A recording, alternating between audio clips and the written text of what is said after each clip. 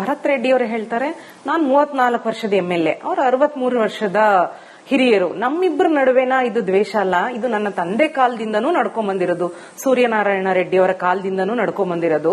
ನನ್ನ ತಂದೆಯವರಿಗೂ ಜನಾರ್ದನ್ ರೆಡ್ಡಿ ಅವರು ಈ ರೀತಿಯ ಹಲವು ಸಮಸ್ಯೆಗಳನ್ನ ಉಂಟು ಮಾಡಿದ್ರು, ಒಂದಷ್ಟು ಗಲಾಟೆಗಳು ನಡೆದಿತ್ತು.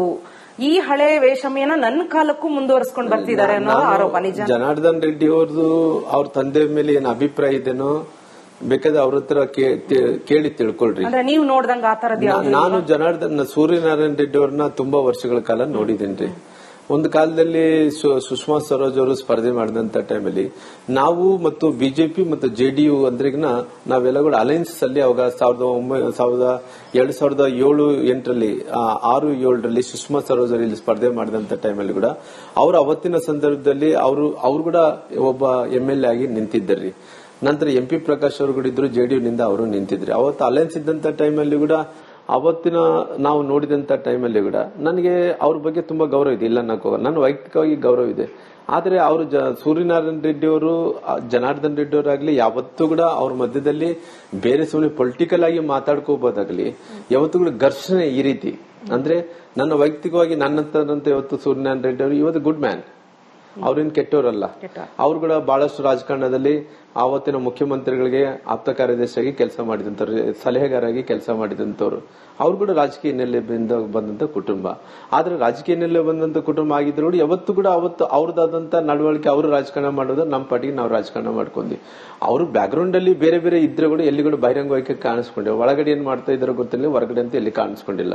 ಹಂಗಾಗಿ ಜನಾರ್ದನ್ ರೆಡ್ಡಿ ಅವ್ರಿಗೆ ವಶಮ್ ಇರುವಂತ ಟೈಮಲ್ಲಿ ಕೂಡ ಎಲ್ಲಿ ಉದಾಹರಣೆ ನೋಡ್ಸ್ರಿ, ಎಲ್ಲಿ ಜನಾರ್ದನ್ ರೆಡ್ಡಿ ಅವರಿಗೆ ಸೂರ್ಯನಾರಾಯಣ ರೆಡ್ಡಿ ಅವರಿಗೆ ಎಲ್ಲಿ ಜಗಳ ಆಗಿದೆ, ಎಲ್ಲಿ ಕೂಡ ಜಗಳ ಆಗ್ಲಿಲ್ಲ. ಆಮೇಲೆ ಜನರು ಅವ್ರು ತಿರಸ್ಕಾರ ಮಾಡಿದ್ರಂದ್ರೆ ಅವ್ರು ಕೆಟ್ಟವ್ರು ಇದ್ದಂತೆ ಅಲ್ರಿ.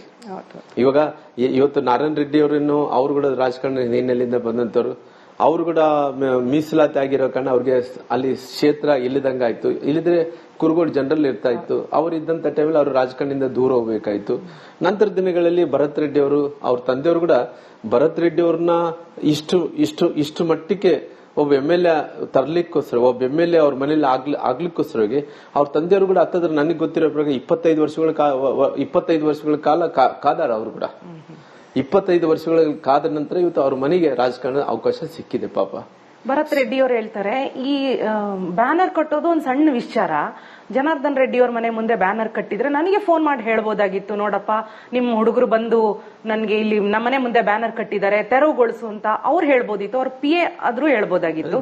ಇದನ್ನ ಈ ಲೆವೆಲ್ಗೆ ತಗೊಂಡೋಗಿ ಅವರ ಹುಡುಗರು ಗುಂಪು ಕಟ್ಟಿ ಘರ್ಷಣೆ ಮಾಡಿ ಒಂದು ಪೀಕ್ ತಗೊಂಡೋಗಿದ್ದೆ ಜನಾರ್ದನ್ ರೆಡ್ಡಿ ಅವ್ರ ಕಡೆಯವರು ಅಂತಿದ್ದಾರೆ ಭರತ್ ರೆಡ್ಡಿ. ನಿನ್ನೆ ಸಾಹೇಬರು, ಮುಖ್ಯಮಂತ್ರಿ ಸಾಹೇಬರು ಈ ಜಗಳ ಆದ್ಮೇಲೆ ಅವ್ರು ಯಾವುದೇ ರೀತಿಯಲ್ಲಿ ಸಪೋರ್ಟ್ ಮಾಡಿಲ್ಲ. ಅವ್ರನ್ನ ಈ ಮಧ್ಯದಲ್ಲಿ ತರೋದು ಕೂಡ ಸರಿ ಕಾಣಲ್ಲ ನನಗೆ ಗೊತ್ತಿರೋಂತ ಪ್ರಕಾರ. ಇವರು ನಾರಾ ಭರತ್ ರೆಡ್ಡಿ ಅವರು ಹೇಳ್ತಾ ಇದಾರೆ, ನೋಡಪ್ಪ ಬ್ಯಾನರ್ ಬಂದು ಕಟ್ಟಿದ್ರೆ ನನಗೆ ಫೋನ್ ಮಾಡ್ಬೇಕಾಗಿತ್ತು, ಮಾಡಿ ತೆರವುಗೊಳಿಸಬೇಕಾಗಿತ್ತು ಅಂತ ಹೇಳ್ತಾರೆ. ನಾನೇನ್ ಹೇಳ್ತೀನಿ, ಬ್ಯಾನರ್ ಕಟ್ಟಕ್ಕೆ ಯಾರು ಬೇಡ ಅನ್ನಕ್ಕೆ ಹೋಗಲ್ರಿ. ಯಾಕಂದ್ರೆ ಮಹರ್ಷಿ ವಾಲ್ಮೀಕಿಯವರು ಪುತ್ಳಿ ಅನಾವರಣ ಕಾರ್ಯಕ್ರಮ ನಡಿಬೇಕಾಯ್ತು. ಬೇರೆ ಬೇರೆ ಕಾರಣದಿಂದ ಎಲ್ಲ ಊರೆಲ್ಲ ಕೂಡ ಶೃಂಗಾರ ಮಾಡಿದೆ, ಅದ್ರಲ್ಲಿ ಯಾರು ಇಲ್ಲ.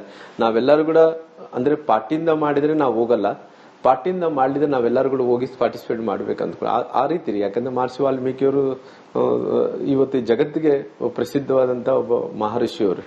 ಅಂತ ಸಂದರ್ಭದಲ್ಲಿ ಇವರು ಆ ಬ್ಯಾನರ್ ವಿಚಾರದಲ್ಲಿ ಅವರು ಮನೆ ಹತ್ರ ಬಂದು ಕಾಂಪೌಂಡ್ ವಾಲ್ ಕಟ್ಟಿರೋಕ್ಕೋಸ್ಕರವಾಗಿ ಜಗಳ ಆಗಿದೆ. ಅಕಸ್ಮಿತವಾಗಿ ಇವತ್ತು ಪ್ರಚೋದನೆ ಅನ್ನಂಥದ್ದು ಎಲ್ಲಿಂದ ಪ್ರಾರಂಭ ಆಗುತ್ತೆ? ಇವತ್ತು ಪ್ರಚೋದನೆ ಅನ್ನಂಥದ್ದು ಬ್ಯಾನರ್ ಹರಿದಿದ್ದಕ್ಕೋಸ್ಕರವಾಗಿ ಅನ್ನೋದಲ್ಲ ಇಂಪಾರ್ಟೆಂಟ್, ಬ್ಯಾನರ್ ಎಲ್ಲಿ ಕಟ್ಟಿದ್ವಿ ಅನ್ನೋಂಥದ್ದು ಅದು ಕೂಡ ಪ್ರಚೋದನೆ ಆಗುತ್ತೆ. ನಾನೇನ್ ಹೇಳ್ತೀನಿ, ಸಾಹೇಬ್ರು, ಮುಖ್ಯಮಂತ್ರಿ ಸಾಹೇಬ್ರು ಆಗಿರ್ಬೋದು, ನಾರಾ ಭರತ್ ರೆಡ್ಡಿ ಅವರು ಆಗಿರ್ಬೋದು, MLA ಆಗಿರೋ ಕಾರಣ ಇವತ್ತು ಬ್ಯಾನರ್ ಎದಕ್ಕೋಸ್ಕರವಾಗಿ ಅವ್ರು ಕಾಂಪೌಂಡ್ ಅಲ್ಲಿ ಯಾಕೆ ಕಟ್ಟಿದ್ರಿ? ನೀವು ಜಗಳ ಮಾಡ್ಕೋಬೇಕಂತ ಹೇಳಿ ಕಟ್ಟಿದ್ರಲ್ಲ. ಇವಾಗ ಹೇಳ್ತೀರಿ ಬ್ಯಾನರ್ ಹರಿದಿದ್ಕೋಸ್ಕರವಾಗಿ ಪ್ರಚೋದನೆ ಅಲ್ಲ, ಬ್ಯಾನರ್ ಕಟ್ಟಿದ್ಕೋಸ್ಕರವಾಗಿ ಪ್ರಚೋದನೆ ಅನ್ನಂತ ಮಾತನ್ನು ಹೇಳ್ತೀನಿ. ಯಾಕಂದ್ರೆ ನೀವು ಬ್ಯಾನರ್ ಕಟ್ಟಿ ಅವರು ಅಂಗಳದಲ್ಲಿ ಕಟ್ಟಿ ಅವರು ಹೋಗಂತ ಮನೆಗೆ ರಸ್ತೆಗೆ ಹೋಗ್ಲಾರ್ದಂತ ನೀವು ಬ್ಯಾನರ್ ಕಟ್ಕೊಂಡು ಇಲ್ಲ ನಾವೇ ಅಲ್ಲೇ ಕುಡಿದು ಅಲ್ಲೇ ಕುಂತು ಇಲ್ಲ ನಾವ್ ಇಲ್ಲೇ ಕಟ್ತೀವಿ ಅಂದ್ರೆ ಯಾರು ಕೂಡ ಅದು ಒಪ್ಪಲ್ಲ. ಅಂದ್ರೆ ಇದೆಲ್ಲ ಪ್ಲಾನ್ ಮಾಡಿದ್ರು ಅಂತ ಅವರು ಇನ್ಸಿಡೆಂಟೇ ಪ್ಲಾನ್ ಮಾಡ್ಕೊಂಡು ಬಂದಿರೋ ಕಾರಣ. ನೋಡ್ರಿ, ಬೆಳಿಗ್ಗೆ ಒಂದು ಇನ್ಸಿಡೆಂಟ್, ಮಧ್ಯಾಹ್ನ ಬಂದ ಪೊಲೀಸರು ತೆರವುಗೊಳಿಸ್ತಾರ, ಮತ್ತೆ ಸಾಯಂಕಾಲ ಒಂದು ಇನ್ಸಿಡೆಂಟ್, ಅವ್ರು ಬಂದು ಸಾಯಂಕಾಲ ಜಗಳ ಮಾಡ್ತಾರಂದ್ರಿಗ ಅವ್ರೆಲ್ಲ ಕೂಡ ಕಲ್ಲುಗಳು, ಪೆಟ್ರೋಲ್ ಬಾಂಬ್ಗಳು ಇವೆಲ್ಲ ಕೂಡ ಒಂದೇ ಸರಿ ಇನ್ಸಿಡೆಂಟ್ ಆಗಿ ಯಾವಾಗಲ್ಲ ನೋಡ್ರಿ. ಇವೆಲ್ಲ ಕೂಡ ಪ್ಲಾನ್ ಮಾಡ್ಕೊಂಡಂತ ಟೈಮಲ್ಲಿ ನನಗೆ ಗೊತ್ತಾಯ್ತು, ಪೆಟ್ರೋಲ್ ಬಾಂಬ್ ನೋಡಿದ ತಕ್ಷಣ KG ಹಳ್ಳಿ DG ಹಳ್ಳಿ ನೆನಪಾಯ್ತು. ಈ KG ಹಳ್ಳಿ DG ಹಳ್ಳಿಯಲ್ಲಿ ಅವರು ನಮ್ಮ ಅಖಂಡ ಶ್ರೀನಿವಾಸ್ ಅವ್ರ ಮನೆ ಮೇಲೆ ಒಬ್ಬ ದಲಿತ ನಾಯಕರಿ, ಅವನ ಪಾಪ ಅವರು ಕಾಂಗ್ರೆಸ್ ಪಾರ್ಟಿಯಲ್ಲಿದ್ದಂತ ಕೆಲವೊಂದು ನಾಯಕರೇ ಅವ್ನು ಹೆಂಗೋದ್ ಕಡೆ ರಾಜಕಾರಣ ಮುಗಿಸ್ಬೇಕು ಅನ್ನಂತ ಕಾರಣದಿಂದ ಅವನ ಮನೆಯಲ್ಲಿ ನುಗ್ಗಿ, ಒಬ್ಬ ದಲಿತ ನಾಯಕರ ಮನೆಯಲ್ಲೇ ನುಗ್ಗಿ ಪೆಟ್ರೋಲ್ ಬಾಂಬ್ಗಳನ್ನ ಹಾಕಿ ಆ ಮನೆಯೆಲ್ಲ ಕೂಡ ಸುಟ್ಟಾಕಿ ಇವತ್ತು ಎಲ್ಲಿ ಅಡ್ಡಾಡ್ತಾ ಇದಾರೆ ಅವರೆಲ್ಲರೂ ಕೂಡ ಇವತ್ತಿನ ಮುಖ್ಯಮಂತ್ರಿಗಳು ಉಪಮುಖ್ಯಮಂತ್ರಿ ಜೊತೆ ಅಡ್ಡಾಡ್ತಾ ಇದಾರೆ. ಅಂದ್ರೆ ಕೆಜೆಹಳ್ಳಿ ಡಿಜೆಹಳ್ಳಿ ಮಾತ್ರದಲ್ಲಿ ಜನಾರ್ದನ್ ರೆಡ್ಡಿ ಅವರ ಮನೆಯನ್ನ ಸುಟ್ಟಾಕೋ ಪ್ಲಾನ್ ನಡೆದಿತ್ತು ಅಂತ ಹೇಳ್ತೀರಾ? ಹಂಗೆ ಕಾಣ್ತಿದೆ. ನಾನು ಯಾಕೆ ಇದನ್ನು ಉಲ್ಲೇಖನ ಮಾಡ್ತೀನಿ ಅಂದ್ರೆ, ಇವತ್ತು ನಾರಾ ಭರತ್ ರೆಡ್ಡಿ ಅವರು ಶಾಸಕರು, ಸಣ್ಣ ವಯಸ್ಸಲ್ಲಾಗಿದ್ದಾರೆ. ಜನಾರ್ದನ್ ರೆಡ್ಡಿ ಅವರಿಗೆ ಅವ್ರ ತಂದೆಯವ್ರ ವಯಸ್ಸು ಇರ್ಬೋದಿಲ್ಲ ಅನ್ನಕಲ್ಲ, ಯಾವ ವಯಸ್ಸಾದ್ರೂ ಕೂಡ ನಾವು ಸ್ವಲ್ಪನಾಗ್ಲಿ ಜ್ಞಾನ ಇರ್ಬೇಕಲ್ಲ.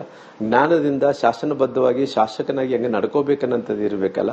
ನಾವು ಪ್ರಮಾಣ ವಚನ ಸ್ವೀಕಾರ ಮಾಡೋಂಥ ಟೈಮಲ್ಲಿ ಯಾವ ರೀತಿಯಲ್ಲಿ ಪ್ರಮಾಣ ವಚನ ಕಾಯ ವಾಚ ಮನಸ್ಸದಿಂದ ಯಾವ ರೀತಿ ದ್ವೇಷ ರಾಗ ಇಲ್ಲಾರದಂತೆ ನಾವು ಪ್ರಮಾಣ ವಚನ ಸ್ವೀಕಾರ ಮಾಡೋಂಥ ಆ ರೀತಿ ನಡ್ಕೋಬೇಕಾಗಿತ್ತಲ್ಲ. ಇವತ್ತು ದೇಶ ರಾಗವನ್ನು ಎಲ್ಲವನ್ನೂ ಹಿಡ್ಕೊಂಡು ದೇಶದ ರಾಜಕಾರಣ ಮಾಡೋದ್ರಿಂದ ಅದು ಸರಿಯಲ್ಲ ಅನ್ನಂತ ವಿಚಾರ ನೋಡಿದಂತ ಟೈಮಲ್ಲಿ ಅವರು ಹೇಳಿದಂತ ಹೇಳಿಕೆಗಳೇನು, ನಾನು ಜನಾರ್ದನ್ ರೆಡ್ಡಿ ಅವ್ರನ್ನ ನಾನು ಮನಸ್ಸು ಮಾಡಿದ್ರೆ ಅವ್ರನ್ನ ಇವತ್ತು ಉಳಿಸ್ತಿದ್ದಿಲ್ಲ, ಈ ಬಳ್ಳಾರಿಯನ್ನು ಸುಟ್ಟಾಕ್ತಿದ್ದೆ, ಅವ್ರ ಮನೆಯನ್ನು ಭಸ್ಮ ಮಾಡ್ತಿದ್ದೆ. ಶಾಸಕರಾದಂತವ್ರು ಈ ರೀತಿ ಹೇಳಿಕೆಗಳು ಕೊಡ್ತಾ ಇದಾರೆ ಅಂದ್ರೆ ಎಷ್ಟು ದ್ವೇಷ ಇರಬಹುದು ನೋಡ್ರಿ. ಅಲ್ಲೇ ಕುಡಿದು ಅಲ್ಲೇ ಕುಂತು ಇಲ್ಲ ನಾವ್ ಇಲ್ಲೇ ಕಟ್ತೀವಿ ಅಂದ್ರೆ ಯಾರು ಕೂಡ ಅದು ಒಪ್ಪಲ್ಲ. ಅಂದ್ರೆ ಇದೆಲ್ಲ ಪ್ಲಾನ್ ಮಾಡಿದ್ರು ಅಂತ ಅವರು ಇನ್ಸಿಡೆಂಟೇ ಪ್ಲಾನ್ ಮಾಡ್ಕೊಂಡು ಬಂದಿರೋ ಕಾರಣ ನೋಡ್ರಿ. ಬೆಳಿಗ್ಗೆ ಒಂದು ಇನ್ಸಿಡೆಂಟ್, ಮಧ್ಯಾಹ್ನ ಒಂದು ಪೊಲೀಸರು ತೆರವುಗೊಳಿಸ್ತಾರ, ಮತ್ತೆ ಸಾಯಂಕಾಲ ಒಂದು ಇನ್ಸಿಡೆಂಟ್, ಅವ್ರು ಬಂದು ಸಾಯಂಕಾಲ ಜಗಳ ಮಾಡ್ತಾರಂದ್ರಿಗ ಅವ್ರೆಲ್ಲ ಕೂಡ ಕಲ್ಲುಗಳು ಪೆಟ್ರೋಲ್ ಬಾಂಬ್ಗಳು ಇವೆಲ್ಲ ಕೂಡ ಒಂದೇ ಸರಿ ಇನ್ಸಿಡೆಂಟ್ ಆಗಿ ಯಾವಾಗಲ್ಲ ನೋಡ್ರಿ. ಇವೆಲ್ಲ ಕೂಡ ಪ್ಲಾನ್ ಮಾಡ್ಕೊಂಡಂತ ಟೈಮಲ್ಲಿ ನನಗೆ ಗೊತ್ತಾಯ್ತು, ಪೆಟ್ರೋಲ್ ಬಾಂಬ್ ನೋಡಿದ ತಕ್ಷಣ ಕೆಜೆಹಳ್ಳಿ ಡಿಜೆಹಳ್ಳಿ ನೆನಪಾಯ್ತು. ಈ ಕೆಜೆಹಳ್ಳಿ ಡಿಜೆಹಳ್ಳಿಯಲ್ಲಿ ಅವರು ನಮ್ಮ ಅಖಂಡ ಶ್ರೀನಿವಾಸ್ ಅವ್ರ ಮನೆ ಮೇಲೆ ಒಬ್ಬ ದಲಿತ ನಾಯಕರಿ, ಅವನ ಪಾಪ ಅವರು ಕಾಂಗ್ರೆಸ್ ಪಾರ್ಟಿಯಲ್ಲಿದ್ದಂತ ಕೆಲವೊಂದು ನಾಯಕರೇ ಅವ್ನು ಹೆಂಗೋದ್ ಕಡೆ ರಾಜಕಾರಣ ಮುಗಿಸ್ಬೇಕು ಅನ್ನಂತ ಕಾರಣದಿಂದ ಅವನ ಮನೆಯಲ್ಲಿ ನುಗ್ಗಿ, ಒಬ್ಬ ದಲಿತ ನಾಯಕರ ಮನೆಯಲ್ಲೇ ನುಗ್ಗಿ ಪೆಟ್ರೋಲ್ ಬಾಂಬ್ಗಳನ್ನ ಹಾಕಿ ಆ ಮನೆಯೆಲ್ಲ ಕೂಡ ಸುಟ್ಟಾಕಿ ಇವತ್ತು ಎಲ್ಲಿ ಅಡ್ಡಾಡ್ತಾ ಇದಾರೆ ಅವರೆಲ್ಲರೂ ಕೂಡ ಇವತ್ತಿನ ಮುಖ್ಯಮಂತ್ರಿಗಳು ಉಪಮುಖ್ಯಮಂತ್ರಿ ಜೊತೆ ಅಡ್ಡಾಡ್ತಾ ಇದಾರೆ. ಅಂದ್ರೆ ಕೆಜೆಹಳ್ಳಿ ಡಿಜೆಹಳ್ಳಿ ಮಾತ್ರದಲ್ಲಿ ಜನಾರ್ದನ್ ರೆಡ್ಡಿ ಅವರ ಮನೆಯನ್ನ ಸುಟ್ಟಾಕೋ ಪ್ಲಾನ್ ನಡೆದಿತ್ತು ಅಂತ ಹೇಳ್ತೀರಾ? ಹಂಗೆ ಕಾಣ್ತಿದೆ. ನಾನು ಯಾಕೆ ಇದನ್ನು ಉಲ್ಲೇಖನ ಮಾಡ್ತೀನಿ ಅಂದ್ರೆ, ಇವತ್ತು ನಾರಾ ಭರತ್ ರೆಡ್ಡಿ ಅವರು ಶಾಸಕರು, ಸಣ್ಣ ವಯಸ್ಸಲ್ಲಾಗಿದ್ದಾರೆ. ಜನಾರ್ದನ್ ರೆಡ್ಡಿ ಅವರಿಗೆ ಅವ್ರ ತಂದೆಯವ್ರ ವಯಸ್ಸು ಇರ್ಬೋದಿಲ್ಲ ಅನ್ನಕಲ್ಲ, ಯಾವ ವಯಸ್ಸಾದ್ರೂ ಕೂಡ ನಾವು ಸ್ವಲ್ಪನಾಗ್ಲಿ ಜ್ಞಾನ ಇರ್ಬೇಕಲ್ಲ. ಜ್ಞಾನದಿಂದ ಶಾಸನಬದ್ಧವಾಗಿ ಶಾಸಕನಾಗಿ ಹೆಂಗೆ ನಡ್ಕೋಬೇಕನ್ನಂಥದ್ದು ಇರ್ಬೇಕಲ್ಲ. ನಾವು ಪ್ರಮಾಣ ವಚನ ಸ್ವೀಕಾರ ಮಾಡೋಂಥ ಟೈಮಲ್ಲಿ ಯಾವ ರೀತಿಯಲ್ಲಿ ಪ್ರಮಾಣ ವಚನ ಕಾಯ ವಾಚ ಮನಸ್ಸದಿಂದ ಯಾವ ರೀತಿ ದ್ವೇಷ ರಾಗ ಇಲ್ಲಾರದಂತೆ ನಾವು ಪ್ರಮಾಣ ವಚನ ಸ್ವೀಕಾರ ಮಾಡೋಂಥ ಆ ರೀತಿ ನಡ್ಕೋಬೇಕಾಗಿತ್ತಲ್ಲ.